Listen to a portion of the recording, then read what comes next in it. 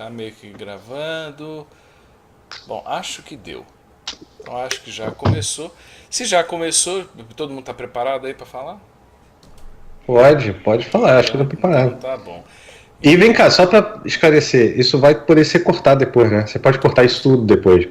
eu posso. Eu não sei se eu vou.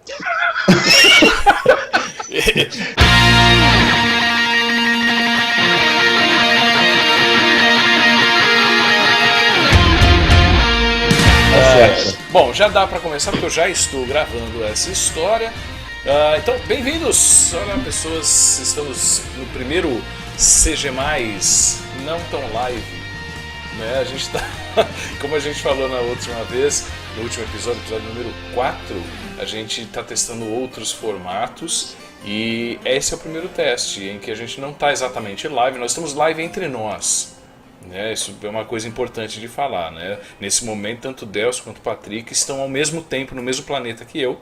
Né? Podemos conversar, tá vendo? Tá todo mundo fazendo assim. Isso é prova de que estamos ao vivo. Será? Ou não, quem sabe. Mas que besteira. Mas enfim, então a gente tá. Porque a gente queria dar uma cara um pouquinho mais legal, um pouquinho mais interessante, com algumas coisas, né, diferentes, uns recursos novos. Vocês estão vendo que está um pouquinho diferente do que a gente viu. Vocês estão vendo aqui, ó, desse lado aqui. Estão vendo que ao meu lado está Patrick e do outro ainda, ó. Exatamente, ó. Estamos aqui, ó, apontando os dois para o Patrick. Delcião está lá do outro lado. Então agora vocês conseguem ver a gente ao mesmo tempo, né? Que não é o que acontecia lá no Hangout, que um abria a boca ficava maior, então pode dar um certo enjoo, né? As pessoas começam a ficar meio doidas. Mas aqui nós temos alguns recursos interessantes, como por exemplo, podemos ver Delcio. Pra resumir, o Ricardo queria controle. Agora ele vai controlar essa merda. Quem manda nessa porra sou eu. Temos Patrick Araguchi. Ah, que beleza. Né? E temos eu aqui, pequenininho, porque eu sou aqui para preencher o espaço, na verdade. A gente queria aproveitar também, tá gravado, mas enfim, convidar todo mundo a dar o like. Ó, que bonitinho, ó, mais recursos, ó só. Temos o nosso canal no YouTube, entra lá no CG+, e se inscreva, por favor. Você vai aparecer aqui, quem sabe. Coloque seus comentários, faça suas perguntas. E hoje nós estamos... Esqueceu do anuncio aqui. É verdade. Aqui em cima, vocês estão vendo que tem um lugar... A gente está mudando tudo, né? Então aqui em cima, vocês estão vendo que nós temos um espaço. É um espaço publicitário. Olha que coisa incrível. Você pode anunciar lá. Se você tem uma padaria, se você tem um armarinho, de repente, e você quer atingir uma grande quantidade de pessoas, você pode fazer anúncio no Google. Ou então você pode fazer aqui, olha que coisa incrível. De qualquer jeito, vamos parar de bobagem e vamos falar do que a gente veio para falar hoje. Nós viemos falar de pipeline, né? Como você está vendo aqui embaixo, a pergunta é: e afinal, o que diabos é uma pipeline? A gente sabe que é uma palavra que todo mundo aprende, pelo menos, né, fica conhecendo desde o início, quando começa a mexer com 3D e tal. Mas que catos é uma pipeline? Os caras falam, pô, porque a pipeline é isso, porque a pipeline da ILM é assim, porque a pipeline da UETA é assado e não sei o que, mas que catos é uma pipeline? A pipeline do Patrick. A pipeline do Patrick é extremamente importante. Hoje vamos saber mais sobre a pipeline do Patrick. Você fique aqui no vídeo, você vai saber, você vai conhecer o tamanho da pipeline de Patrick Araguchi, tá? Então você vai saber se é uma pipeline... Ai, pelo menos a gente está se divertindo, né? Mas isso é importante, gente. O importante é isso. É a gente depende de qual pipeline vocês estão falando. Se for da pipeline privada, Puta merda. Não acredito que você fez essa piada. Beleza. Claro. Continua, Ricardo. Não, eu tava tentando Agora você tem o ser poder. sutil, né? Eu tava falando, pipeline, o cara, minha pipeline é desse tamanho. Porra, Patrick, sacanagem. Ai. Porra, bicho. Pipeline tem que ser aquela que você pode jogar o papel higiênico e dar descarga, bicho. Tá bom.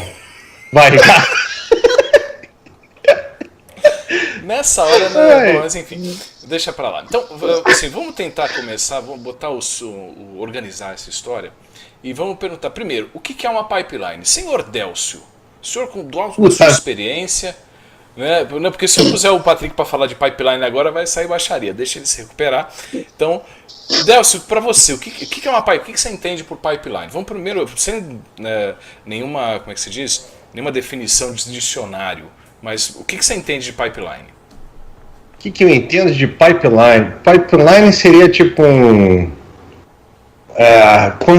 como você visualiza, como você passa alguma coisa de um departamento para outro, de um modelo para animação, para composição. Como é que você explica? Ricardo Eloy, fecha aí, mágica, deixa eu ver a reação de vocês. Ricardo Eloy, assim, o que você entende como pipeline? E assim, pergunta para vocês logo de começo. Se eu trabalho do começo ao fim num programa só, digamos Maya, 3D Max e tal, isso seria considerado uma pipeline? Não. Boa, Patrick. Já que você já começou a responder, manda bala aí. Eu acho que a pipeline é o fluxo, né? Então, deixa todo mundo. Bonito, fluxo, é isso aí. Pô, tava indo bem, pô. Esse negócio de tela cheia, não, Eloy. Não, é o fluxo para onde vai. Se você está limitado só em um software, você não tem esse fluxo, é tudo ali, tá compactado ali. Então você tem, tipo, né? Sei lá, uma caixinha ali que tudo se resolve. Mas o pipeline é quando você tem que ter um fluxo de informação ou de workflow, né? Porque também o pessoal confunde workflow com pipeline. Uhum. E, tipo, sei lá, acho que é isso que é o pipeline. E aí, se você e o Eloy estiverem trabalhando no mesmo programa, mas tiverem que partir o projeto, isso também vai ser... Olha o Eloy, cara. Caralho. É uma pipeline, tá certo. Uma pipeline, gente. Ó, isso é uma pipeline? Interrogação. Caralho. Vai, Eloy. O que você acha de pipeline? Bom, o que eu pessoalmente entendo, o Patrick falou um negócio interessante quanto a pipeline e workflow, né, que as pessoas às vezes também entendem como se fosse uma coisa só. O que pelo menos eu entendo como pipeline? É o caminho que o teu trabalho vai ter do início ao fim, passando por diversas etapas que não necessariamente são feitas pela mesma pessoa ou no mesmo programa especificamente. Então, eu acho que o Eloy tem que ser sempre o primeiro a falar, porque ele sempre fala mais eloquentemente, né? Então o cara, em vez de perder tempo vendo no YouTube eu e o Patrick falando, vai direto pro Eloy, cara. Continua, Eloy. Não tem metade da graça, pelo amor de Deus. Então o que acontece? Se vocês estão assistindo aí, você está numa produtora, por exemplo, grande, pequena, média, tanto faz. Você tem um cara que começa, por exemplo, vou simplificar, óbvio, mas um cara que começa com um modelo. Esse modelo depois vai para uma outra pessoa que de repente vai pegar aquela malha que foi aberta e vai pintar os mapas, etc. Esse cara, depois que ele pinta o mapa, pode ir para uma outra pessoa que vai fazer o shader, etc. E assim sucessivamente até chegar no final, seja lá qual for. Eu estou jogando genérico, óbvio, né? Porque cada trabalho vai ter uma pipeline diferente. Mas, teoricamente, é todo esse caminho que o teu trabalho vai ter do início até o produto final. Por isso a figura pipeline, né, que são os tubos que levam de um lugar a outro. É isso? Sim. E aí existem variações de pipeline também, né? Certas coisas que você pode ter uma pipeline que seja mais automatizada, que seja muito, né, robusta na parte de automatização, no sentido de que quando você salva um arquivo, esse arquivo vai ser transformado automaticamente para outro arquivo e passando adiante. Você tem pipelines para estúdios pequenos, pipeline do Patrick, pipeline, né? Como é que é a pipeline do Patrick? Não sei, ele que falou aí, que ele tem a pipeline dele. Então é um bom jeito de a gente começar. Patrick, como é que é a sua pipeline? Sério, como é que é a sua pipeline no seu trabalho no dia a dia? Então, no meu trabalho, cara, é que não sei se é bem uma pipeline. É uma pipeline, mas é mais um workflow, na verdade, né? Tipo, sei lá, meio complicado de explicar. É que a minha pipeline ela se mistura muito com o workflow. Então, como tipo, não é um monte de gente envolvida, eu preciso organizar. Já falei, Eloy. Eloy se diverte com essa parada, cara. O Eloy não tá nem prestando atenção no que você fala. Ele só quer saber de botar sua imagem eu tô grande. tentando fazer o negócio certo. Pô, eu tô apresentando o bagulho, editando o bagulho. Pô, não. Não, Mas continua, Patrick, vai. Eu não vou mais mexer, prometo. eu fiz o modelo, aí eu ver, aí ela sai do Max, vai pro Substance Painter, vai pro Modbox, ou vai pra alguma outra coisa, né? Então eu já tenho um modelo, se esse modelo tá ok, eu vou esculpir, então eu jogo ele pro Modbox, mas assim, às vezes eu não tô com saco de esculpir naquela hora, então eu jogo ele pra rig, sabe? Tipo, então é uma pipeline, mas é um workflow, é meio misturado, assim. Agora, se você só tem uma pessoa no meio dessa pipeline, ela é mais um workflow do que uma pipeline, correto? Exatamente. Mas assim, a partir do momento que eu tenho, por exemplo, eu tenho um personagem, eu já posso rigar ele, eu já posso passar para um animador enquanto eu vou trabalhar ainda na mesh, na V e tal, para depois voltar, entendeu? Então, mistura, assim, não dá para falar que não é uma pipeline, mas também não dá para classificar só como workflow. Essa é a minha... E a sua, Delcio? Fale um pouco da sua pipeline. Uma coisa que eu tô pensando aqui, não é a minha de casa? Não. Minha pipeline? A que você usa no dia a dia lá naquele estúdiozinho que você trabalha. Não, Sei que você porque, não pode assim, dar detalhes, né? Óbvio. Mas... Não, eu posso até falar, pergunta o que você quiser, Eloy. Eu falo, qualquer coisa você corta depois. Não, eu só diria que assim, muita gente às vezes pensa em pipeline de uma maneira. Sabe aquela corrida que você passa o bastão? Eu tô correndo com o modelo, terminei o modelo, passo o bastão. Aí eu tô correndo com a animação, terminei a animação, passei o bastão. Essa é a pipeline mais tranquila, né? Mais tradicional, sei lá, mais simplificada, diria assim. Você modela até o final, faz o V, passei para fazer textura, por exemplo, ou animação, ou qualquer outra coisa. Na realidade, no dia a dia, essa pipeline funciona, corre junto, né? Então você faz um modelo simplificado, passa, a pessoa começa a fazer animação. Ai, que maneiro. Aí a pessoa começa a fazer animação, enquanto o cara ainda continua fazendo interações no modelo, enfim. Todo mundo meio que corre junto, né? Essa impressão de você só passar o bastão é um pouco simplificada, né? Uma pipeline mais robusta é mais complexo nisso, né? E me diz uma coisa, para vocês dois, a parte burocrática, a gente pensa, né, ou a gente tende a falar de pipeline, mas com aquilo mão na massa. Porque eu fiz o modelo, aí eu abri a malha e aí eu mandei para o cara pintar e para o outro rigar. Aí quando o outro rigou, eu fui lá e continuei mexendo no ZBrush para refinar, aquela coisa toda. Tem a parte burocrática também de uma pipeline, que são as publicações, que são as revisões, etc. e tal. Como é que funciona isso para vocês? Patrick, para você, como é que funciona? Porque eu acho legal até a gente comentar que a gente está, obviamente, comparando uma pipeline de uma empresa gigante, né? A gente está falando da ILM, para você que não assiste a gente normalmente, o Delcio trabalha na ILM lá na Califórnia, com a pipeline mais normal pra gente, mais, né, pé no chão aqui no Brasil, que por exemplo eu, Patrick, a gente utiliza, porque nós não somos empresas com 250 funcionários fazendo 3D, né? Então como é que funciona essa parte burocrática? Cara, eu tento organizar tudo no Trello, assim. Tipo, eu uso mais o Trello, assim. Ou então pedaço de papel. Você bota ali as... Papel, muito bem. Tem uma coisa que assim, quando a gente trabalhava no SPT, a gente tinha um quadro. Esses quadros brancos que você escreve com pincel atômico e tal. E lá a gente escrevia as tarefas, vamos dizer. E o que acontecia? A gente deixava sempre visível, como a gente não era uma equipe muito grande, mas a gente tinha prazos, né? Porque se não cumprir o prazo, a novela não entrava no ar.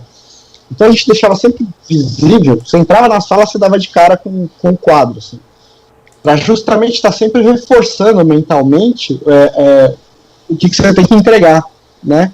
O Trello é legal para você organizar, mas você tem que ficar com ele aberto na sua tela o tempo todo, e às vezes você está usando as duas telas lá, tipo, né, o Max aberto, com o V, com o Photoshop, não sei o que.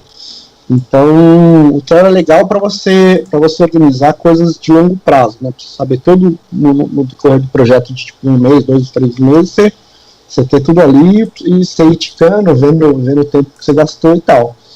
Mas para coisas mais tipo daily, assim, dia a dia, é legal você ter um quadrinho, tipo, ou post-it, sabe? E você tá sempre vendo, assim, tá? Um lugar que você sempre vê, né? E assim, tipo, tasks assim, tipo, pequenininhas, que você vai resolver tipo 20 tasks ali no dia, eu anoto no papel e vou ticando, sabe? No papel, fica em cima da mesa assim, em cima da tablet ou do lado, e eu vou ticando. Eu acho que é o mais fácil, assim, pra tocar. Muito bem. E Delcio, Fala. para vocês, como é que funciona isso? Como funciona? Repete a pergunta para mim, por favor. Parte burocrática. Deixa até, eu vou mostrar aqui rapidinho. Tem na tela aqui de testes. O Patrick falou do Trello. O Trello é para quem estava prestando atenção na tela aqui, é essa ferramenta aqui. Você trabalha com cards, tá? É até uma especificidade do próprio Trello, e que você consegue ir colocando, falando tudo que você quer. Você faz publicações, você tem aqui o Google Drive e o Diaba 4 para colocar, você põe membros de equipe, é bem interessante. Isso aqui eu acho que é uma coisa muito legal, em que você tem, por exemplo, o checklist do que você tem que fazer, e aí conforme você vai fazendo, ele vai falando quantos % do teu projeto estão prontos. Então isso é um negócio que é bem legal, pode voltar também, eu acho bem interessante. Tag, enfim, bem legal. Tem também o Asana, que é um outro software, também uma outra plataforma, né? Também trabalha com a questão dos cards, né? Ele é um pouquinho mais bonitinho, talvez, mas também permite que você faça publicações, você coloca tags, dá para fazer tarefas aqui, dá para fazer um monte de coisa, bem interessante. Ele te dá uma série de feedbacks por e-mail também, o que é sempre muito legal. No caso, você pega aqui Progresso, a mesma história lá, tá vendo? A gente tem aqui uma série de situações interessantes, para você saber se o projeto está andando ou não, tá? Então acho que vale a pena. Vocês não estão vendo o meu mouse, né? Mas estão vendo onde eu estou clicando, né? Sim. Agora, no caso, aí você tem o inbox aqui, que é legal, ele fala se deu problema, se você não conseguiu fazer, se você não terminou. Você tinha uma tarefa que tinha que ter terminado ontem, né? Aí você vê qual era a tarefa e você pode falar, terminei, não terminei, enfim. Agora, no caso, né, de uma ILM, por exemplo, vocês não vão usar esse tipo de solução. Né? Não. Como é que funciona? Então, hoje em dia a gente usa um programa proprietário, mas eu ouvi falar que eles estão mudando para o Shotgun, que eu já usei Shotgun antes e faz... O legal do Shotgun é que ele é muito customizável. Você pode modificar o Shotgun para se adequar ao projeto, ao trabalho que você está fazendo naquele momento, sacou? Mas é porque assim, esses programas e tal, é uma coisa muito mais da produção, modificando essas coisas e tal. O artista em si, ele recebe só, tipo, essas são as minhas tarefas, e ele fala se fez ou não, sacou? E dá check, sabe? E aí a produção é que tem os produtores e os supervisores, né? Tem uma maior noção do que está acontecendo no todo, né? Então, responde a sua pergunta? Não, responde, com certeza. Vocês não usam post-it no monitor? Usa, sim. Mas geralmente eu tenho que ligar para Eloy, alguma coisa assim. Tá certo. Agora, uma pergunta. Se vocês tivessem que, sei lá, classificar, não sei, a importância de ter uma pipeline bem definida no trabalho, no dia a dia de vocês, qual é para vocês? Porque eu vejo muita gente, às vezes em cursos e tal, pessoal primeiro que nem sabe o que é uma pipeline na real, né? Confunde, como o Patrick falou, os caras confundem pipeline com workflow, que a gente sabe que, né, pode se confundir quando você é uma pessoa só. Agora, se você está trabalhando com uma equipe ou coisa do tipo, já não é o caso. Como é que, assim, eu comecei por um lado, quase me perdi agora. Eu vou começando a Acontece o tempo todo comigo, cara. Sei lá. Normal. É que eu tava já pensando em outra coisa aqui. Mas assim, se vocês forem parar para pensar e falar assim, porra, se eu não tivesse pipeline, eu poderia fazer o meu trabalho, quão importante ela é? Porque, como eu disse, o pessoal aprende na escola, aprende a modelar, aprende a texturizar, mas não aprende a trabalhar em equipe. Né? O cara não sabe sentar lá com mais 8 negros e falar, vambora, cada um fazer uma parte, todo mundo trabalhando junto para chegar no deadline. Para vocês, qual a importância da pipeline? Vai Patrick primeiro ou vai Delcio primeiro? Pode ser Patrick. Não, Delcio. Então Delcio, Não, assim, a importância, primeiro é a importância organizacional, né? No sentido de que quando você tem um projeto, todo mundo visualiza, antes de você começar até a trabalhar, todo mundo visualiza o caminho daquilo, né? Mesmo que seja só de planejamento, em algum momento você tem que mudar ou fazer um outro caminho, para você poder se planejar, para você saber quantas pessoas nesse projeto eu preciso de composição, quantas pessoas eu preciso de animação, onde o arquivo, depois que terminar esse arquivo vai para onde e em que formato, né? Porque os arquivos às vezes tem que pular de programa para programa, né? Vai de um, sei lá, começa no Maya, daqui a pouco ele está no 3D Max, daqui a pouco ele está no Houdini, e daqui a pouco ele tem que ser renderado no Katana para isso ser colocado na composição. Então tem todo um caminho, né? Um flow que isso vai, e é muito importante para planejar, né? Porque planejar render, quando é que de máquina a gente vai precisar para fazer na render farm, quando é que, sabe, tudo isso faz parte do planejamento, né? Então, isso responde a sua pergunta? Responde, claro que responde. E você, senhor Patrick? Não, é isso, eu acho que é mais a parte de planejamento mesmo, não tão o dia a dia, tipo, o workflow que você vai usar para entregar o modelo, entendeu? Você quer modelar com NURBS e converter para polígono e depois mandar para o ZBrush e fazer. Isso indifere, entendeu? É mais as etapas, porque quando você está gerenciando o projeto, você geralmente você cria aquelas barrinhas de timing, né? De tipo modelagem, UV, textura, não sei o que, e você vai organizando aquilo e fala, olha, o modelador tem tanto tempo, então você tem uma cadeia de trabalhos a ser feitos em determinados períodos para chegar no deadline com tudo pronto, né? Eu acho que o mais importante é a parte organizacional mesmo. E criar e nessa coisa organizacional, é porque assim, é complicado você falar de pipeline, mas assim, a pipeline ela está muito amarrada também ao workflow, né? Você tem a maneira, sei lá, você tem o seu jeito de trabalhar, mas você precisa entregar de tal jeito, entendeu?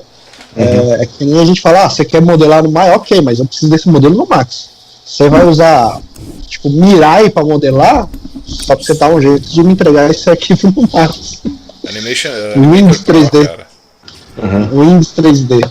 E tem certas guidelines, né? Como que fala guidelines em português? Algumas linhas de guia? Você tem algumas regras. Sei lá, eu uso guidelines. Regras, muito bem, ela, regras.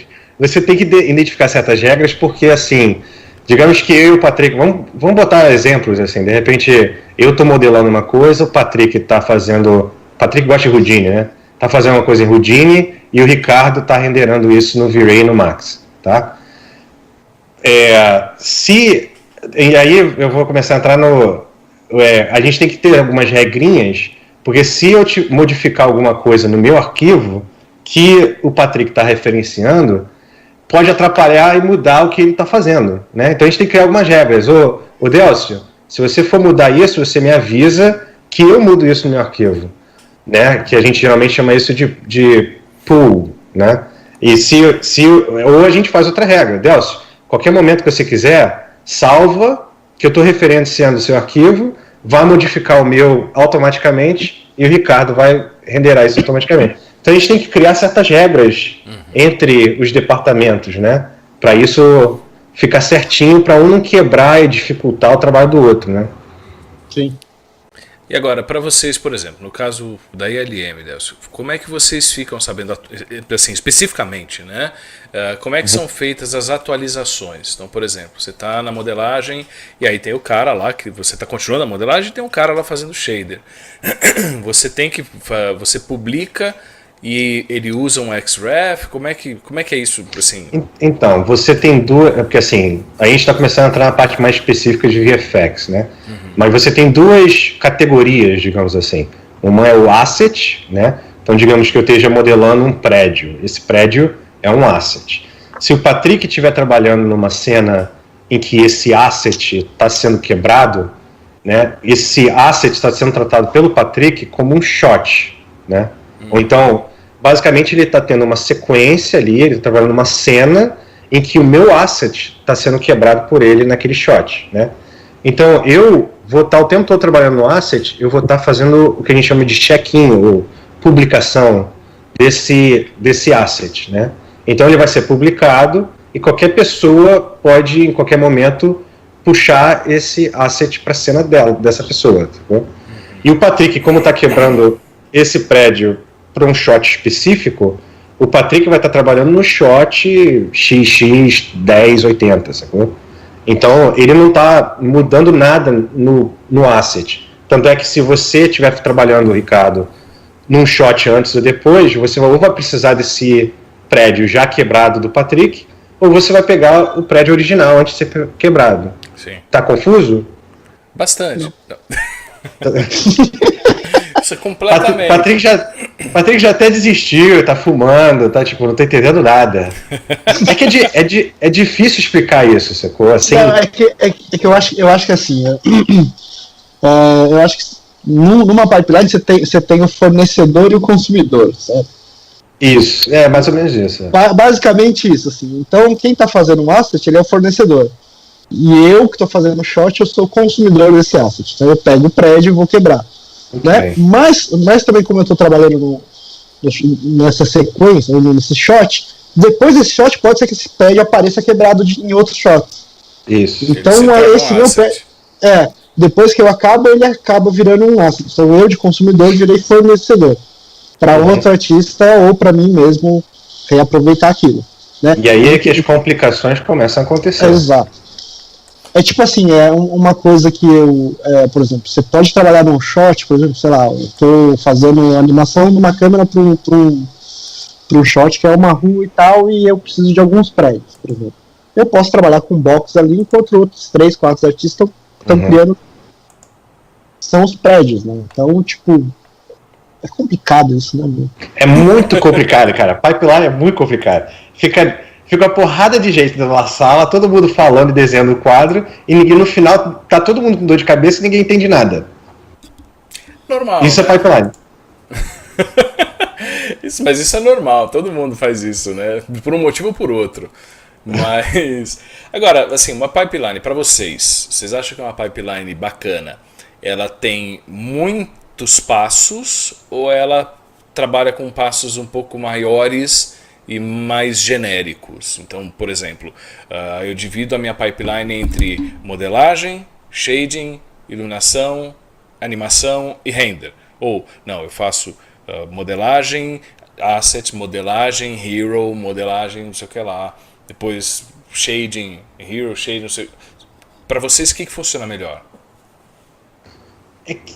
É complicado, né? É porque, assim, depende do que você está fazendo, tá ligado? Tipo, quando eu trabalhei na Blur, por exemplo, a pipeline da Blur, ela é um pouquinho mais pro genérico, né? Do jeito que você definiu, em que ela abrange mais coisas, sacou?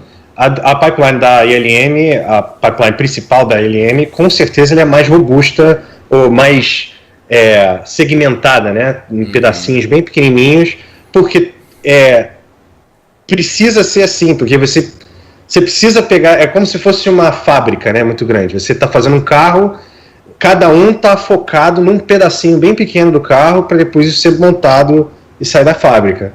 Quando a Blur, na verdade, tem um estilo um pouco mais, sei lá, artesanal nesse sentido, e aí vai porque os trabalhos dela são, não são tão, ela não está fazendo 2 horas de filme, tá ligado? está fazendo 2 minutos de filme.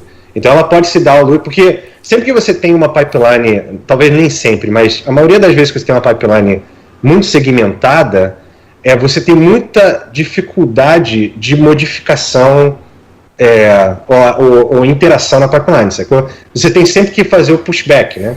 Se eu tiver na textura e ver um problema no UV, eu não vou poder modificar o UV eu mesmo. Eu vou ter que falar, meu fulano, eu vou ter que mandar esse modelo de volta para você modificar essa parada, tá ligado? O que na Blur já é diferente. Blur você, tipo, pô, esse UV tá errado, eu vou modificar aqui esse UV para funcionar para mim. E manda ver, sacou? Então, no caso da Blur, você tinha uma pipeline que não voltava. Você dava o problema, resolvia ali mesmo e continuava, ao invés de você tentava, não voltava. A não ser que fosse uma coisa... É que aí entra naquele negócio de novo. Se fosse uma coisa no asset que vai influenciar vários shots, vai influenciar eu, você, o Patrick, cada um no seu shot, é melhor você mandar de volta, né? Porque tá todo mundo usando aquilo. Se é uma coisa que só vai influenciar o meu shot particularmente, eu mudo e não tem problema nenhum, sacou? E bola pra frente. Na ILM, às vezes, você não tem esse controle, porque tudo já vem tudo fechadinho, eu não tenho como entrar no arquivo para fazer isso, sacou? Eu tenho que mandar para voltar. E aí vocês não conseguem, na verdade, nem pegar o arquivo, não tem uma história dessa? Que, tipo, você mexe no seu arquivo, não no arquivo do outro, não é? Porque... como é que eu vou explicar isso? Porque, na verdade, eu só estou vendo uma referência, eu só estou vendo uma... eu não sei explicar isso melhor do que uma referência. Eu estou vendo uma referência, o arquivo não está, na verdade, ali. Ele é uma external reference, né? A gente tem isso em todos os softwares, no Maya, no Max, né? Os Xrefs, né? Uhum. Ou é um proxy, se quiser usar uma palavra um pouco menos, um pouco mais genérica, não é proxy, não é proxy. Não, você pode usar proxy. Porque o proxy não é só o proxy que você conhece de render, é o substituto, né? Tipo, não é de verdade aquilo. Que o V-Ray Proxy ele tá puxando um arquivo fora do disco, não é isso? Ele tá puxando, ele não tá criando na hora, ele pega alguma coisa pronta que já tá feita, que você não, teoricamente você não tá mexendo. Né? Mas não é para fazer como é que se diz? O paralelo com o V-Ray Proxy, é mais no sentido de proxy de ser o substituto, dublê, né? A gente fala, isso aqui é um proxy, ele não é o final, não é ele que eu tô mexendo, eu tô usando um dublezinho ali para significar que é ele. Seria mais ou menos isso. E eu tô aqui meio que falando, tipo assim, na pipeline tradicional, né? Porque eu, como generalista, o poder do generalista é justamente nisso, de eu poder, no momento, falar, cara, eu vou quebrar isso e vou pegar e vou fazer funcionar, sacou?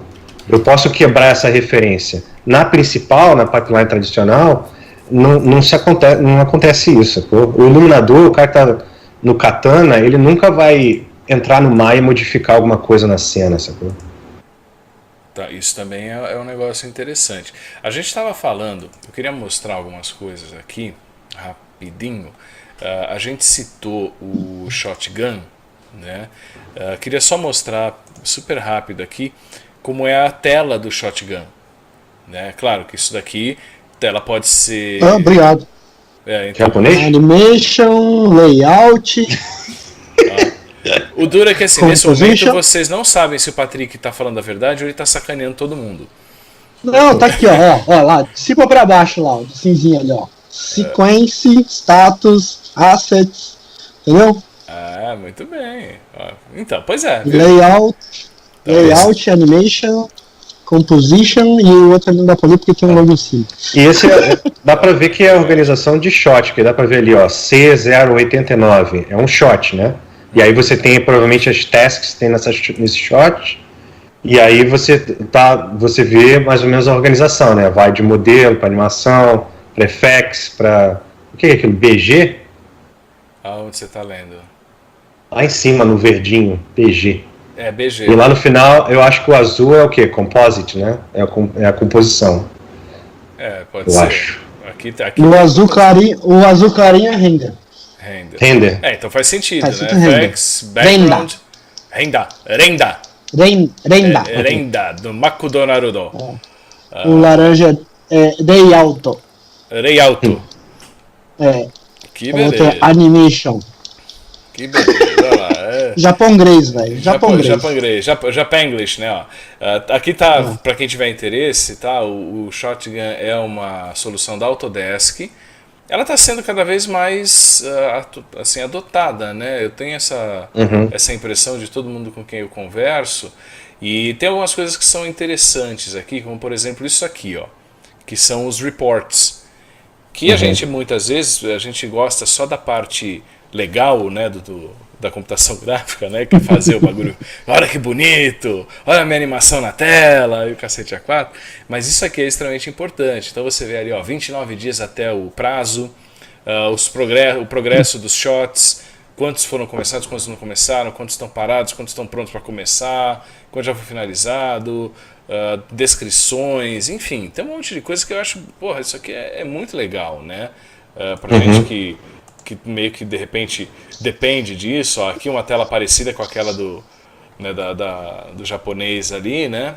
Essa aí já está mostrando os assets, tá vendo? Tá mostrando que tem que criar um monstro, uma casa.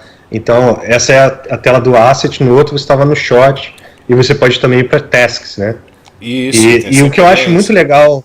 O que eu acho muito legal do Shotgun, cara, é que ele é muito customizável, no sentido de que, tipo, se você estiver fazendo um curtazinho, se nós três aqui juntarmos e fazer um curta, isso pode ser customizado para o tamanho do nosso projeto, sacou? Porque não necessariamente a gente vai precisar de todas essas abas do Shotgun, sacou?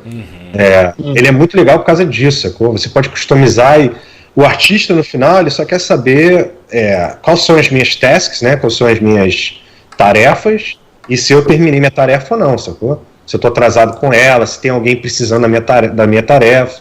E você avisa, né?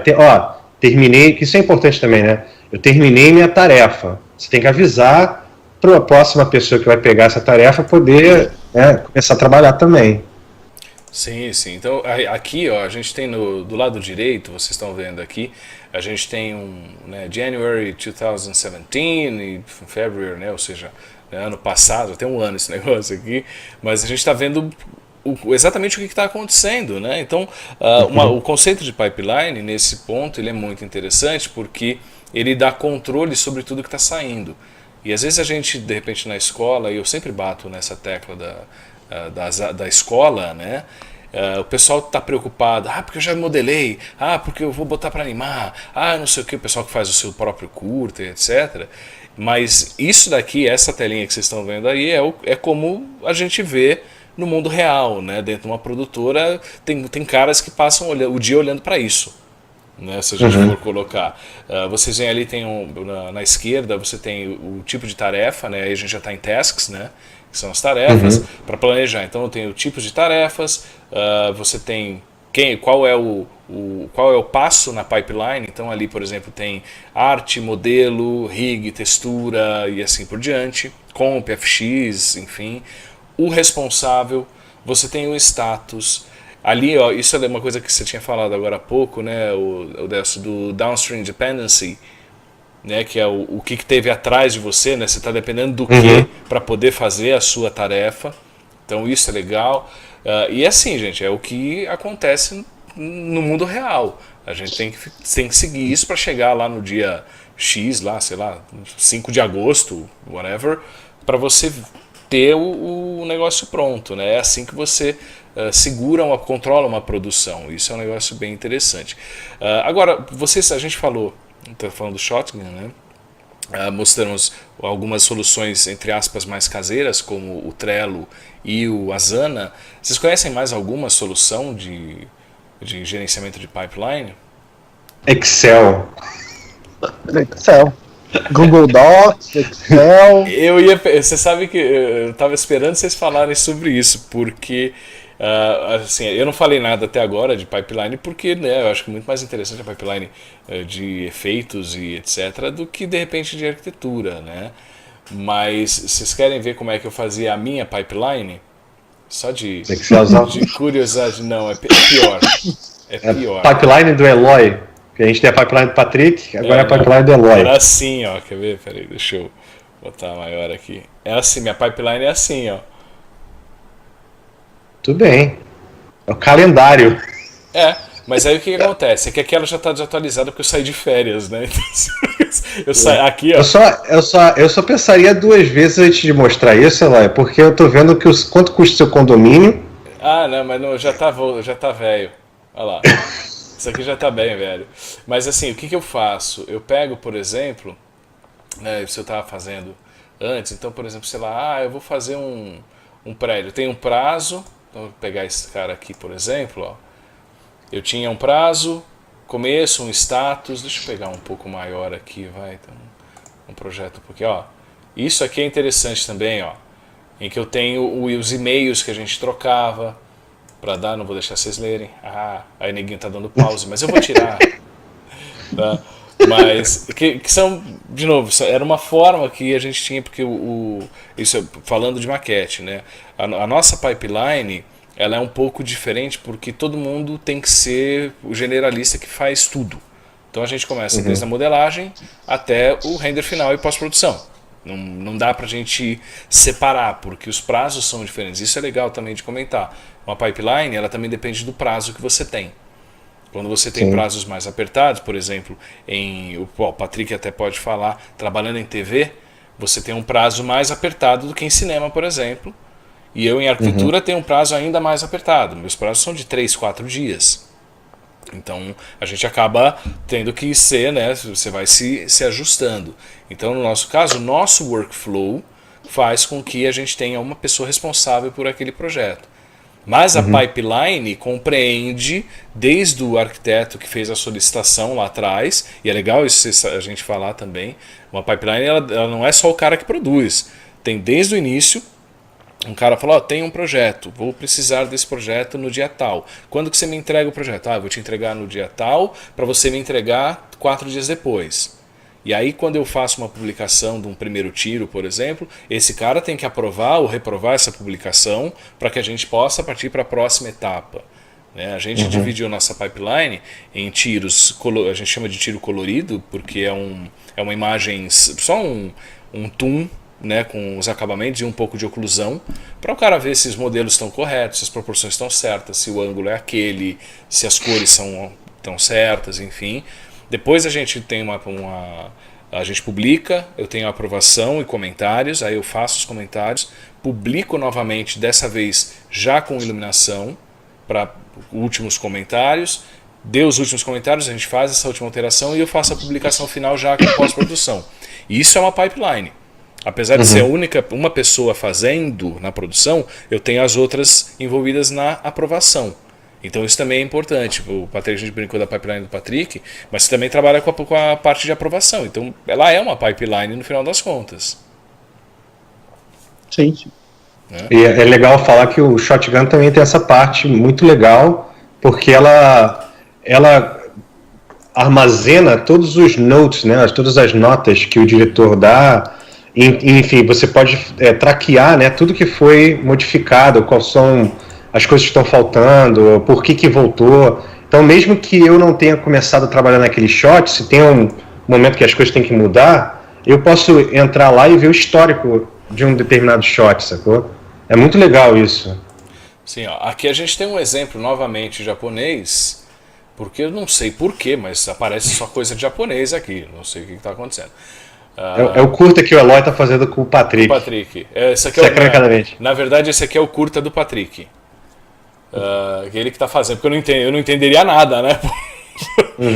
Mas, porque quando você termina o seu projeto no Shotgun, você tem que fazer a modelagem de alguma coisa. Eu modelo e faço, sei lá, um turntable, e aí eu falo, tô mandando isso e enviando isso para review, né? E aí o diretor, o supervisor, quem seja lá que vai fazer, faz o review, ou ele aprova, e aí passa para o próximo, ou ele vai falar, modifica isso, modifica aquilo, não sei o quê. E isso fica catalogado, né, para todo mundo saber o que está acontecendo, porque de repente, se o modelador está tendo muito trabalho para aprovar alguma coisa, de repente vai voltar para o concept art, para o cara fazer um paint over em cima, para modificar, para aprovar aquele paint over, para depois o cara ir modificar o modelo, e assim segue, entendeu? Exatamente. Aqui a gente tem esse exemplo. Patrick, qual é a discussão dessa imagem aqui? Puta, cara. Traduzir tatuagenzinha é mole. Eu quero ver agora ao vivo. Esse em traduzir vermelho essa aqui porra diz aí. assim, né, arredondar essa merda. Né? Não? Ah, não. É, tipo. Não, ele explica. Não, ele, tipo, ela manda, né? Que ali em cima tá falando, né? Check back. Você quer dizer isso? Do inglês dele lá é checkback. Seria provavelmente check back. Certo. Né? O modelo aí. O concept, né? O negar estimação. Por favor, faço a checagem, por favor. Uhum. Aí o cara explica, quando shiro de né? Não sei o que, Kudasai, não sei. Kudasai. Tá Kanji já começa a me fuder, tá ligado? Ele pede pra ele fazer alguma coisa atrás ali. Aí no final ela fala, Wakarimashita. Entendi. Entendi. Tudo isso pra ela falar, entendi. É. Tá certo. Mas eu queria falar assim, a gente tá falando do Shotgun, mas o Shotgun ele é um software interno, né? Você precisa dele numa intranet. Né? Ou na internet também. Ele tem na internet? Eu não sei. Eu uso. Cara, eu tô com ele aberto aqui do lado. Do Lanória, porque a gente usa ele pro Lanória. Eu só não perguntei pro Carlos se eu posso mostrar isso ao vivo ou não. Sacou? Melhor não. É melhor não. Melhor não, né? Porque ele tá aqui aberto. Vai dar merda. Deixa eu fazer a pergunta. Qual o custo do Shotgun? Vocês têm ideia? Cara, então, ele tem um custo. Fala aí. Viu? Ele tem um custo. Na página da Autodesk, se vocês entrarem aqui, deixa eu mostrar a página aqui da Autodesk, né? Autodesk. Ó, você tem um trial e tal, mas ele tem um precinho que não é exatamente muito camarada. Favorável. Não, ele não é. Ele é bem carinho, quer ver? Outro dia eu fui ver, ó, aqui em Buy, deixa eu ver, Buy Online. Eu fui dar uma olhada nisso porque a gente, né, a gente está trocando a maneira de gerenciar a pipeline lá no escritório, porque eu falei, gerenciar desse jeito não rola, né? Isso aqui é muito legal, né? A Autodesk querendo ser descolada. Né? Awesome is super awesome, né? Dureza, viu? Mas isso aqui é um negócio que eu acho meio complicado. 30 doletas por conta. Por mês. Uhum. E aí é aquela história, né? Esse por conta, aí o Delcio de repente pode até falar, é cada usuário, né? Isso. Então você imagina. Agora, vale também a falar o seguinte, porque uma conta do Shotgun comprando assim, ela vem com RV, que é um visualizador de imagem, né? Uhum. Então, esse preço está embutido as duas coisas, né? No caso da ILM, por exemplo, ela não necessariamente a gente usa o RV, mas teve outras empresas que eu já passei que elas não usam RV, né? Então, se assim, o preço para empresas, né, às vezes é diferente e até mais caro ou mais barato, né? Porque também tem a modificação, né? O Shotgun tem um produto pronto que pode ser modificado por uma empresa ou não, né? No caso, para o Lanória, a gente conseguiu de graça. Mas de graça são poucas licenças, assim, não são uma porrada de licença também. Porque por um ano, né? Tá, mas quando você tem ele, por exemplo, ele já fica linkado direto, o shot com tipo, você dá cliques ali, ele já abre o software com a testa. Na verdade ele tem o projeto, né? Você quando abre o Shotgun, ele tem como se fosse um e-mail dentro dele, ele tem as suas tarefas e aí ele tem o projeto, né? Você pode estar trabalhando em vários projetos ao mesmo tempo, né? Digamos, Lanória, que é o que eu estou trabalhando, ou você pode estar trabalhando num filme. Então você linka o seu profile, né? Eu, usuário, né? O meu login para diferentes projetos e aí eu vejo a organização dentro do projeto. E também vai ter sempre um cara que tem o controle total do projeto, sei lá, e ele pode, por exemplo, na empresa, ele vai Porque eu trabalhei muito com Shotgun na Pixelmondo, né? Pixelmondo era basicamente Shotgun. E na Pixelmondo eles limitavam extremamente o que o artista vê do Shotgun, sacou? Você basicamente só vê o que você está trabalhando, sacou? Para não ficar o arquivo aberto para todo mundo. Até para não ficar complicado, né? Para ficar mais fácil para você, sacou? E o Shotgun catalogava tudo, até onde o arquivo vai estar, sacou? Em disco, sabe? Entendi. Então, para não ter confusão, ele te fala, ó, você vai pegar esse arquivo aqui, sacou? Entendi. Mas assim, eu durante muito tempo eu usei um software que eu não ando usando muito porque, tipo, a coisa está muito reduzida. Mas tem um software, tem um serviço, na verdade, que chama Pivotal Tracker. Ele é basicamente um shotgun. Né, tem as mesmas funções e tal, você tem a versão para celular e tal. Ele é muito bom para quem precisa gerenciar equipe online e tal. Ele é bacana para isso, assim. Tipo, se você tem uma equipe de até 3 pessoas, ele é de graça, entendeu? Você pode ter lá 3 legal. colaboradores e dois projetos que ele é de graça, assim. Aí até 2 GB de storage, né? Legal. E aí você... Tá aqui o site para quem quiser depois, né, tiver interesse. Não, ele tem uma abinha lá que é tipo você também fala para quem é as tasks e tal, então você tem uma abinha lá que é tipo my tasks, assim, tipo, aí só aparece as coisas que você tem que fazer, entendeu? Isso é bacana. Que é isso daqui, né? Isso. Não, mais uma opção. Não, ele é barato, assim, sei lá, para até 30 pessoas, para até 10 pessoas, por exemplo, é $30 por mês, né? Com 25 GB de armazenamento e tal. É interessante, assim, eu gosto muito deles. Você acabou de citar uma coisa muito importante também na pipeline, cara, que é armazenamento. Isso é uma coisa que é essencial, assim, onde você vai salvar. Porque, assim, onde você salva os arquivos é essencial, porque dependendo de onde você salva, se você não salvar o seu arquivo no lugar certo, dentro da LM, ele não vai ser backupeado, tá? Eles só fazem backup daquela lugar específico. Então, tem gente que às vezes escreve não, eu vou salvar em outro lugar porque eu só estou fazendo uma coisinha aqui, não sei o quê.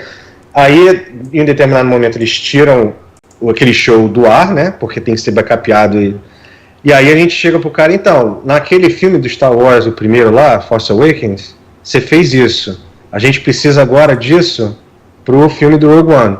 A gente vai lá no backup e o arquivo não tá lá, isso some, sacou? Então, a parte de estrutura de onde você salva um arquivo é outra coisa também, que tipo, eu tenho que salvar o arquivo no lugar que o Patrick vai saber que o arquivo vai ser central lá, sacou? Então, esse tipo de organização de onde você salva as imagens, onde você salva os arquivos, isso é muito importante também na parte do pipeline, né? Definir essas coisas, sabe? E para não fazer overwrite, né? Porque se eu estiver trabalhando no arquivo ao mesmo tempo que o Patrick está trabalhando, como é que a gente vai trabalhar nesse arquivo e eu vou salvar esse arquivo e queimar todo o trabalho que o Patrick está fazendo ao mesmo tempo, sacou? Por isso que existem pessoal eu estou trabalhando agora com a parte de Unreal, né? No Unreal a gente está usando muito um negócio chamado Perforce, que é justamente isso. Eu tenho que avisar, eu estou trabalhando nesse arquivo, né? Check-in ou check-out do arquivo, para outra pessoa poder trabalhar ou não, né? Ele praticamente dá lock, né? Ele fecha, ele trava o arquivo e você não vai conseguir. Ele só fica read-only, né? Você não consegue salvar nada no arquivo. Até você chegar e falar, eu preciso do arquivo, dar check-out, né? Aí entra aquela coisa do revision control, né? Os arquivos que... Porque na parte de game, o que acontece? Você tem um projeto, né? Então, tipo, você tem mais pessoas trabalhando, então cada um está trabalhando, por exemplo, na sua máquina. Né? Um projeto de game você nunca trabalha no servidor. Não consegue carregar o projeto lá porque você precisa de mais pessoas. E cada software aberto gera uma série de lixo lá que é quando você está mexendo nele, ele vai criando um monte de lixo e tal. Então o que você faz? Quando você termina uma função, por exemplo, você faz um commit, você faz tipo um upload, né? Como é que é commit? Committed? O que significa commit? É um aceitar a alteração, né? Você absorver. Comet é o cometa. É o Halley. Comet. Então você sobe, né? Mas esse sistema ele vai substituir, mas ele vai guardar esse backup, entendeu? Tipo GitHub, tem os outros serviços online que fazem isso. O mais conhecido é o GitHub, assim. Você sobe, aí você vai alterando, você sobe, e aí você pode voltar, entendeu? Tipo, o Eloy subiu uma porra do modelo que não é esse modelo, né? Cagou tudo o projeto. Né? Tipo, daí você consegue voltar. Isso é foda. Outra coisa que você acabou de falando nisso, né? Você me lembrou é que, por exemplo, quando eu trabalhei na Blur, a gente não tinha versão. Tá? A Blur é tão sinistra que toda vez que você salva, você faz um render, é overwrite, meu amigo. Sacou? É overwrite, não tem. Justamente porque eles não têm a capacidade de expandir o tamanho do projeto, sacou? Eles alocam, nós temos, sei lá, tantos terabytes de data que a gente pode ter. E é isso, meu amigo, sacou? Não tem como expandir. Já na LM, a gente trabalha com versões, né? E a gente tem que traquear essas versões. Você começa versão 1, versão 2, faz comentário, versão 3, versão 4. E em um determinado momento, é lógico que eles vão e destroem, né, as versões, né? Quando você está na versão 130 e pouco, tem um programa automático que fala, você programa isso, né? Depois de 10 versões, tudo que tiver depois vai embora, sacou? Fica no backup, mas vai embora. Mas isso é uma coisa interessante também, porque a LM ela tem uma escalabilidade, eu adoro essa palavra, Eloy adora também, escalabilidade que é maior do que uma empresa menor, ou até eu aqui em casa, né? Porque quando você começa a gerar arquivo de render, né, com deep, com essa porra toda, e guardando todas as versões, né, você tem 103 versões de um mesmo render, sacou? Porque a qualquer momento o diretor pode falar, não, quer saber de uma coisa? Volta da versão 133 para a versão 94 que estava melhor, sacou? Então você tem que ter a capacidade de armazenar essa porra toda, sacou? O Eloy chega e chora, ó. Não, mas eu tô chorando porque assim, isso acontece muito em arquitetura. A gente volta e meia está fazendo um projeto, aí, sei lá, a gente brinca que o projeto morre, né, durante, sei lá, 3 meses, e aí o cliente vem, então, a gente resolveu voltar naquela versão em que o projeto era assim, assado, você fala, porra, mano, fudeu, né, não tenho. Já me aconteceu. Então, isso é uma coisa interessante. Você vê como o pipeline é um negócio que ela também você vai aprendendo e vai mudando com o tempo. A gente começou a ter problema, não sei por que motivo, mas começou a acontecer. A gente teve que voltar versões anteriores de um projeto porque o cliente mudava de ideia.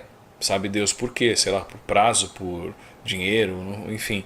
E aí a gente começou a adotar também versões, R1, R2, R3, R4, R5, até sabe Deus que horas, você chega lá hoje tem lá 15 versões do mesmo projeto, que é exatamente para a gente poder ir voltando por data. Aí entra de novo a burocracia, a gente tem as publicações, e às vezes o que acontece para mim? O gerente do projeto vira, puta Eloy, o cliente pediu para a gente voltar com isso, alterar essa versão do projeto. Ele me mostra a imagem, eu vou lá no sistema de publicação, vejo em que dia ela foi publicada, e aí eu pego o arquivo 3D que foi feito naquele dia para poder alterar, porque eu sei que aquele arquivo é o arquivo que gerou aquela imagem. Então esse sistema de publicações, ele acaba sendo extremamente importante também por conta disso. Porque você consegue saber exatamente quem era quem estava mexendo, quem foi, uma coisa que também é importante, quem é o responsável por tal arquivo. Porque, querendo ou não, tem horas que, mano, só o cara que fez sabe o que tá rolando ali dentro. Por isso que comentários são importantes. Sempre que você está trabalhando no arquivo, né, você tem que fazer... Você tem que ter certos parâmetros, né, para que uma pessoa possa entrar no arquivo. Se eu for atingido por um caminhão e for para o hospital, a próxima pessoa que vai ter que abrir o arquivo tem que entender que merda que eu estava fazendo, né? Importante. Então, dependendo do que você está fazendo, você usa comentários, tem toda uma organização que você tenta manter, né? O que está em layer, o que está, sacou? para a pessoa bater o olho e falar, eu sei onde minhas luzes vão estar, eu sei onde meus modelos vão estar, tá ligado? Coisas que as pessoas precisam aprender. Layer. Separem as merdas em layer. Porra! E põe um aí nome entra em nos coisas, layers, por exemplo, né? cara, nome é uma coisa que assim, quando eu trabalhava com freelancer, eu odiava quando eu recebia esse arquivo agora é o final, tá ligado? É arquivo tipo, projeto, sei lá, Lanoria, ponto, esse agora é o final, versão 3. Isso não existe numa pipeline correta, sacou? Você não pode ter final, tá ligado? A última versão é a versão, o último número, tá ligado? Sim. Porque projeto, Então, qualquer projeto você abandona, né? Ok, 2. É porque eu lembro de abrir arquivo, assim, pasta, né, e ter arquivo final, arquivo agora, esse sim é o final, e arquivo aprovado. Eu não sei qual que abri, cara. Sacou? Olha pela data, sei lá. Aí você olha pela data, você abriu cada um, todos ficam com a mesma data no final. Né? Você não sabe. Mas isso é importante. Nomenclatura é um negócio que o pessoal também não dá muita importância, né? Tanto para layers quanto para arquivos, mas é importantíssimo. Né? Aliás, uma outra coisa que é legal a gente discutir, assim, não discutir, mas de repente citar, indexação.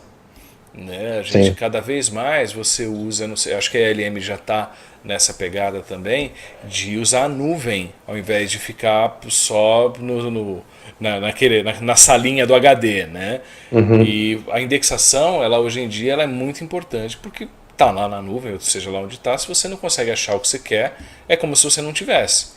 Então, toda uma nomenclatura, eu, por exemplo, a gente tem um sistema de nomenclatura de arquivos em que eu tenho o número do projeto, o nome do projeto, o nome do ambiente, no meu caso, e R1, R2, R3, R4, R1000, né? Todas utilizando uma regra, se é espaço, se é underscore e etc., que é para que todo mundo que pegar aquilo saiba exatamente qual foi o último, o que mexeu, por que não mexeu e assim por diante.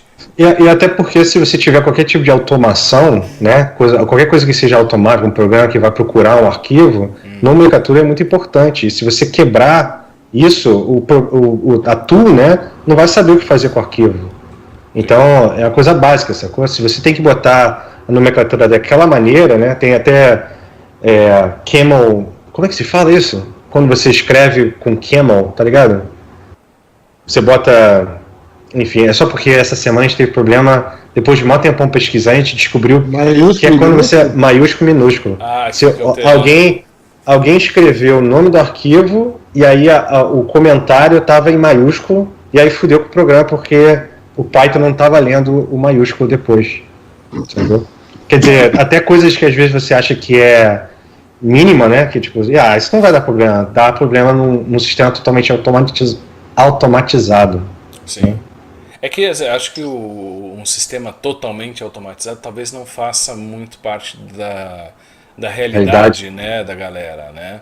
Eu lembro quando o Gus, aliás, abraço Gus, hashtag grava Gus. Hashtag grava Gus, né? Eu já desisti do Gus, já desencanei. Não desiste não, cara. Já desencanei. Desiste não. Senhor Gustavo, vou te dar a dica.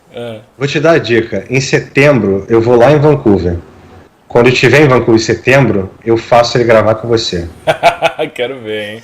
Ó, vocês estão vendo, ele prometeu, esse cara aqui, ó, pulo japonês aqui do lado, aquele cara lá do canto prometeu, tá? Então, isso aí. Mas até esqueci o que eu tava falando, saco. Não, da realidade, a realidade... Então, não, porque o Gus, ele veio a última vez, quando eu encontrei com ele aqui no Brasil, ele tinha acabado de lançar o Distrito 9, né? Da época que ele estava na Image Engine. E ele falou super a fundo sobre pipeline e tal. E é interessante que assim, ele na época ele já falava, a gente está falando, sei lá, a época do Distrito 9 é de que ano? 2009? Não sei. 2009, 2010, não sei. E ele já comentava dessas coisas. Ele fala, porque eles criaram na Image Engine um software, não tinha Shotgun ainda na época, né? Eles criaram um software para gerenciar as publicações, etc. E assim, já na época a gente via a necessidade de fazer um lance assim, que fosse muito certinho para que todo mundo se achasse. Né? E ele comentava até que no Avatar, por exemplo, muitos amigos dele reclamavam, falavam que era uma dor de cabeça enorme também por questão de pipeline. Porque acho que todo mundo fez Avatar na época, né? Não deu pra botar na UETA ou botar na ILM, botou no de todo mundo, né? Na verdade. Acho que vai ser assim também pro próximo, cara. Estamos todos esperando isso, né? Aquela história. Mas. Oi, diga. Não, é que assim, quando eu comecei a trampar na área em tipo 2000, lá vai bolinha, tipo, eu comecei no Mega e lá já tinha uma puta organização de nomenclatura, pelo menos, sabe? Tipo, de estrutura de pasta e de nome para as coisas, para manter organizado. Então, acho que eu tô estranhando organização, né? É que assim, se a gente voltar, o Distrito 9 é de 2009, o Delcio acertou. Mas se a gente for pegar... Claro que não se compara. Parabéns. Não, mas assim, se a gente ficar pensando uma coisa, a gente dá nome para arquivo. Puta, legal, né? Assim, ninguém dá nome de finalíssima, puta que pariu, agora vai, ponto, max. Não se faz isso. Não. Quer dizer, não se deve fazer. Né? Acho que esse é o... Mas eu acho que o grande barato, que na época para mim marcou, foi ele falou, meu, a gente teve que fazer um software na Image Engine que fosse... assim, que eu pudesse, que ele abria, eu lembro que o que mais me marcou foi, a gente abre a cena do Maya no software, eu não abro no Maya. Porque eu não consigo acessar em qualquer lugar. Eu entro no software, e a cena que está disponível para mim, eu vou lá, dou um duplo clique e o Maya abre com ela. Exatamente para evitar que a gente trabalhe em coisas. Isso é um negócio que é interessante, porque é uma customização de pipeline para evitar erros, por exemplo. Sim. Porque, né, inclusive, quando você está trabalhando no asset, por exemplo, você publica esse asset, ele vai passar por o que a gente chama de insanity check, né? Ele vai passar por um processo de insanidade para ver se tem alguma coisa errada. Tem rat's nest no arquivo, tem... Tá ligado? Então é uma coisa automatizada. Ela vai pro servidor. Traduz o Os nomes são os melhores. Cara, isso é uma coisa do Max até. Um ninho de rato. Mas quando você é o ninho de rato. Quando você tem um monte de malha toda. Um monte ou vértice um em cima do outro, que não tá fazendo coisa nenhuma. É a famosa malha cagada. Malha cagada. Mas ele vai passar, assim, por exemplo, uma coisa na pipeline que é assim, red flag, tipo, não vai dar certo, né? Volta. Se você publica uma coisa que não tem UV nenhum. Nem que seja uma coisa assim, um UV box, sacou map, alguma coisa simples. Se você criou uma geometria que não tem UV nenhum, a pipeline, ela tem suas medidas de segurança para verificar uma coisa e falar, olha, peraí, não tem UV nenhuma, volta aí. A sua publicação falhou, sacou? Isso é um processo que não é um carinha que vai abrir o arquivo e ver, cara, olha só, teu modelo não tem UV, né? É um processo automatizado. Ele vai criar um script que vai abrir o Maya, vai fazer um check-up, a nomenclatura está correta, não sei o que está correto, ver, tem o que a gente chama de partição, que no Max você a ID no Face ID. Sim, a ID de face. Né? Dependendo do pacote que você vai abrir o Face ID, isso vai ser lido como partição, isso vai dar problema. Então, ele vai verificar, tem partição? Se tiver partição, ele vai falar, seu arquivo está com partição, ele não está compatível. Você tem certeza que você vai querer publicar? Quer dizer, tem certas automações que são feitas para isso. Até porque você tem softwares, né? Você, por exemplo, para quem lembra o XSI, né, o antigo Soft Image, ele trabalhava muito mal com o Face ID, por exemplo. Sim. Né? Ele era uma desgraça, que eram os clusters, não era isso, Patrick? Eu ia falar justamente, cara, o XSI ele tinha uma coisa completamente irritante. Você exportava um OBJ que fosse, abria no Max, se aplicasse um tudo smooth, cara, ficava tudo cagado. E não adiantava você converter aquela porra pra poly, porque era um outro bug do Max, que não conversava com aquela merda, que o problema persistia. A solução era você pegar a porra do modelo, aplicar um modificador edit poly, e aí colapsar. Mas você sabe que esse tipo de coisa ainda existe. Quando você pega um mesh e você converte em poly, você perde informações, né? Porque, aí de novo, a gente volta na história de pipeline, porque quando você joga um arquivo em OBJ, um modelo em OBJ, você está falando que você provavelmente vai sair de um software para ir para o outro. E, assim, importação e exportação de arquivos, crianças, é como piada em outra língua. Pode ser hilária em português, mas não pode não fazer o menor sentido em inglês e pode ser uma ofensa em libanês. Então é um negócio que é muito complicado. Se você não tiver tudo amarradinho certinho, é isso que o Patrick falou. Puta, o negócio você tem que botar um edit poly para poder mexer. Hoje eu pego muito arquivo que vem, por exemplo, do Revit, né, de arquitetura, e assim, o desgraçado vem em Airtable Mesh. E não adianta eu converter em poly, porque caga. Aí eu tenho que resetar o Xform dele, ou seja, quebrar toda a parte de escala e o cacete. Aí eu dou um edit poly por cima, porque aí ele fica legal, aí eu vou lá e quebro e faço aí manda ele virar uma poly mesmo. Mas aí que tá, toda vez que você está fazendo esse trabalho manual, digamos que você esteja fazendo isso todo dia, 10 vezes por dia, mandando um arquivo de você para o Patrick. Você precisa de uma automação para fazer isso, né, sem que esteja gastando tempo de uma pessoa, né, fazendo isso. Outra automação que é muito comum é quando eu mando passe de render, por exemplo, do Maxi, né, se eu quero renderar o fundo separado do personagem e a sombra. Eu não vou ter que faz isso, salva o arquivo, faz aquilo, salva o arquivo. Eu falo, ó, esse layer vai ser isso, esse layer vai ser, manda para farm, a farm vai separar o arquivo, vai renderar cada passe e depois vai me dar o que quer, sacou? Existe uma automação, porque senão se todo dia eu tiver que fazer isso, meu trabalho não vai render, sacou? Essa que eu acho que é a grande diferença de uma ILM de eu trabalhar em casa, sacou? Ou até da Blur, a Blur também fazia isso. Como o Vitor Ertal, que é um amigo meu, ele fala que se você tiver que fazer a mesma coisa mais de 7 vezes, está na hora de escrever um script para isso. Sim. Basicamente isso. Então, Basicamente assim, isso. é claro que assim, a gente não pode confundir script com não sei o que eu estou fazendo, porque não adianta nada, na hora que você passa lá o script ou a automação, o bagulho não funciona por algum motivo e você não sabe resolver. Porque tem que saber fazer o bagulho manualmente. Mas é muito importante você poder fazer essas coisas automatizadas, porque pipeline serve para isso no final, né? Serve para você fazer a coisa certinho, bonitinho, no menor tempo possível, com a melhor qualidade possível, certo?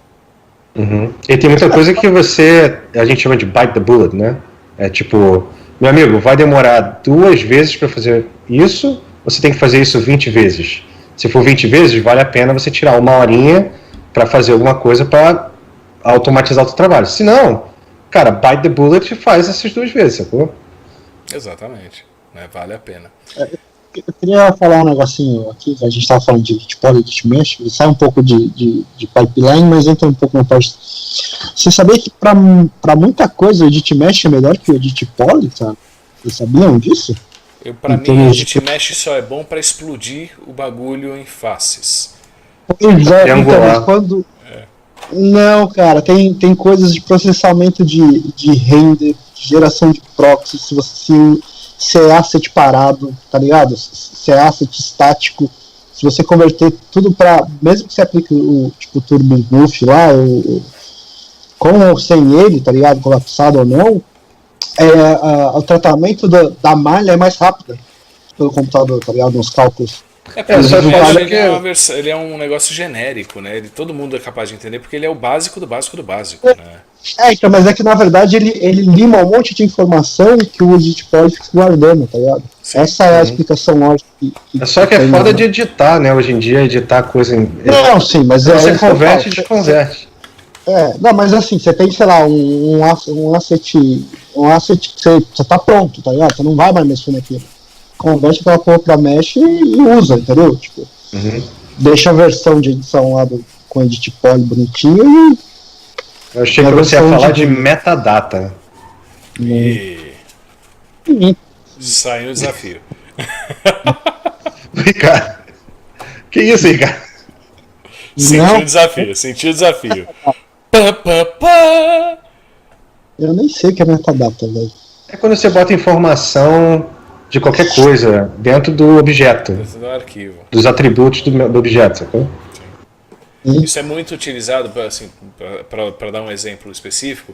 Você pode, por exemplo, fala de vir aí fazer propaganda. Anuncia aqui. Anuncia aqui. Você pode, por exemplo, colocar atributos em objetos para que você, pelo objeto, você muda o material dele sem necessariamente alterar o atributo do material.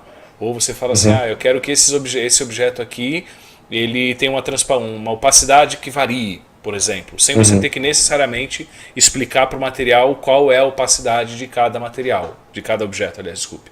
Então, esses atributos metadados, eles são super flexíveis, dá para fazer uma caralhada de coisa, é bem legal. É do caralho. É do caralho, é bem louco. Essa coisa de V-Ray, cara. Não, cara, Corona, acho que Corona tem isso. Acho que o Corona ainda não tem. Arnold tem isso.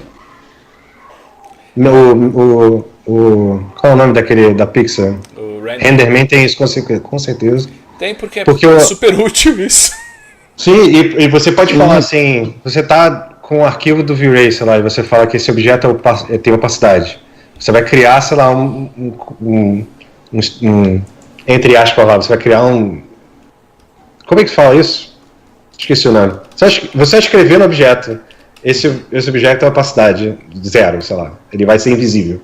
Você vai salvar o Alembic, e você vai abrir isso, sei lá, na puta que pariu, no Houdini, no Katana, e o Katana vai entender que aquele objeto, aquele Alembic, ele é para ter opacidade, sacou? E ali você escreve o que você quiser no objeto.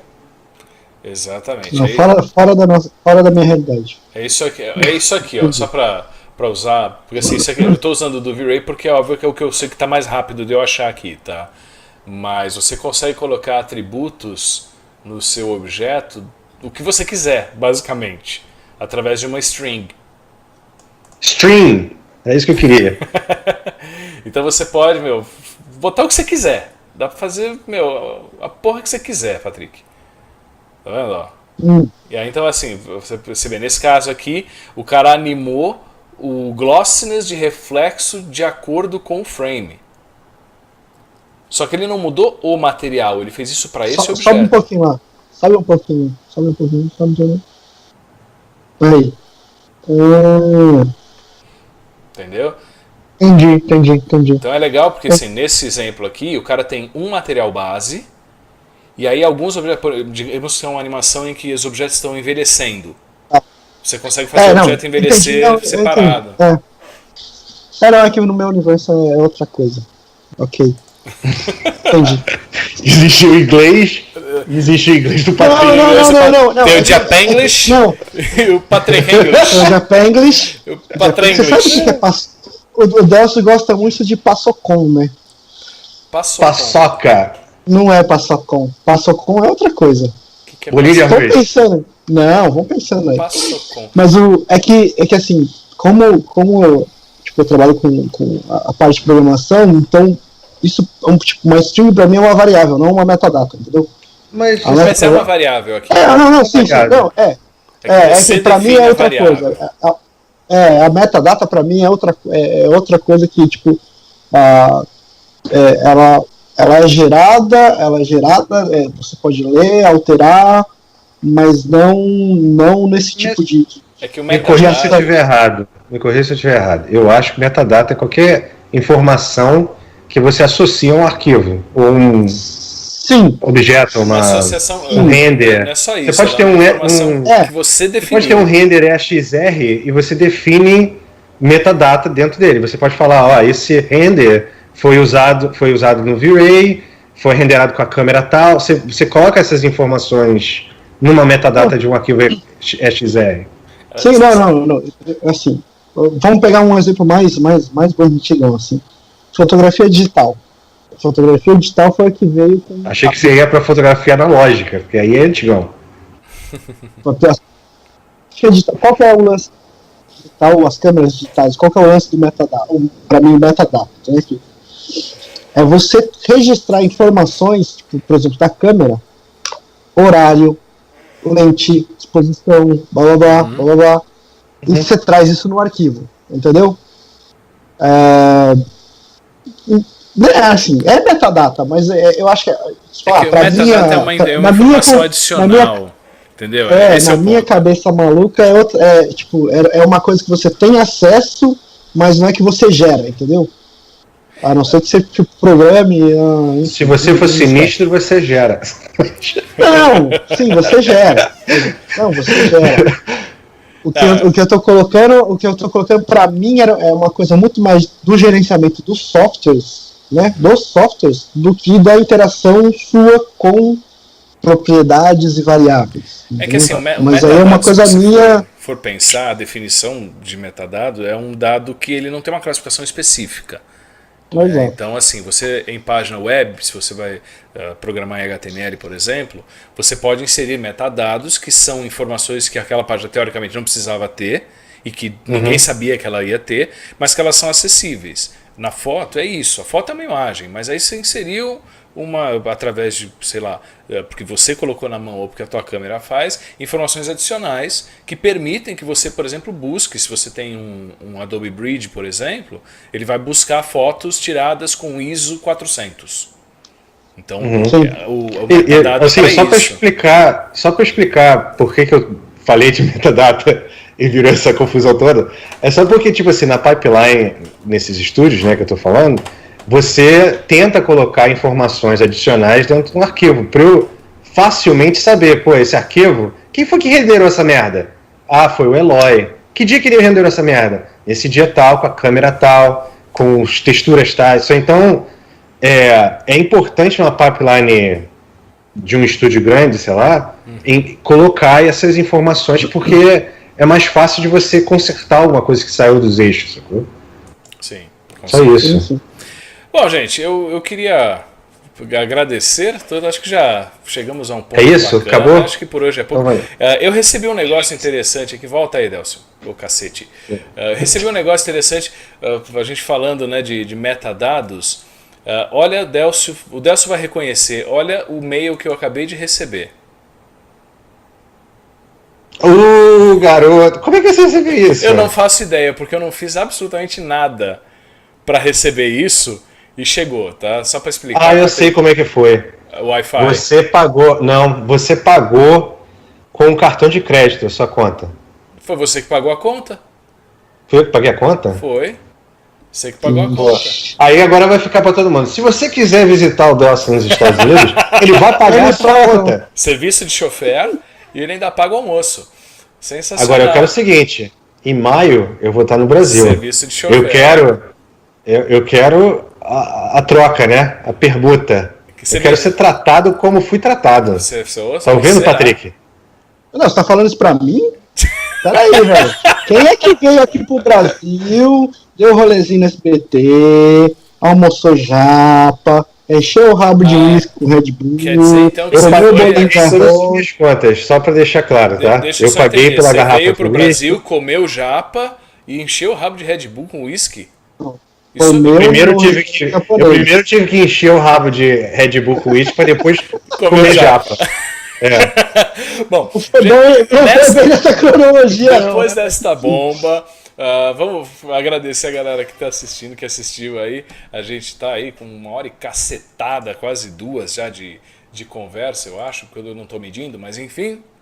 Então, agradecer a todo mundo que está assistindo essa CG Mais Live, não tão live. Falem o que vocês acharam desse formato novo. Não tão live, porque, né? Enfim. Ainda é live. Ainda é live, tá certo. A gente só tinha 6 pessoas vendo, não faz diferença nenhuma. Exatamente. Nossa, não fala assim, pô. Depois agora eu que tô falando. Teu amigo Afonso vai brigar com você, pô. Solano, beijo pra você, Solano. Você olha, vai fazer assim, ó, com o bigode dele. Vai brigar com você, não pode. Gente, obrigado por terem participado aí, por terem assistido. A gente volta a qualquer hora aí com mais uma dessas. Me falem aí o que vocês acharam do assunto, do formato, se é legal, se não é, enfim. Vamos trocar uma bola, a gente vai fazer o que vocês acharem mais legal, tá bom? Desde que não envolva nudes, tá? Beleza? Pode envolver nudes, sim. Eu passo. eu tô de boa, tá bom? Tchau. Pedir desculpa, pessoal, falar tanto de pipeline, cara, deve ser chato pra caralho, né? Mas é meio que era o assunto da live hoje, Delcio, então acho que tá tudo bem. Mas toda vez que eu abria a minha boca, eu via vocês meio que... Lá vai o Delcio falar de automação, eu sou da LM, mas que merda. Não, mas eu acho assim, o grande problema de falar em pipeline é que assim, a gente ficou 1h30, sei lá, 1 hora e pouco falando, e foi a mesma coisa que pegar a garrafa de cerveja e só fazer assim, ó. E não arrancou a tampinha ainda, entendeu? Eu acho que é isso, assim, tipo, a gente falou pra cacete, mas tipo, só arranhou a superfície. Sim, sim. Tem bastante coisa. Quem sabe a gente não volta a falar. Quem tiver pergunta sobre pipeline, quem quiser saber mais, quiser alguma curiosidade, posta aí no vídeo, posta um comentário aí, a gente vai tentar responder. Manda e-mail pro Delcio. Manda e-mail pro Delcio, tá? Manda Pede carta pra pro pagar Delcio. conta. Exatamente. E é isso. Bom, gente, então acabou por hoje. Tchau, falou. Tchau. Galera, obrigado. Tchau. Dá tchau pro Cocô. Tchau, Cocô. Meu Deus, eu ia tentar terminar esse negócio falando, né? Se você ainda não assina o nosso canal, assine o canal do CG+. Eu tentando, né, pagar de youtuber aqui, então tá aqui, ó, CG+, entra aí, gente, quem sabe, tá bom? Bom, então, Tchau. tchau, gente, acabou, tchau, fui. Deixa eu fechar aqui o negócio, já era. Ei.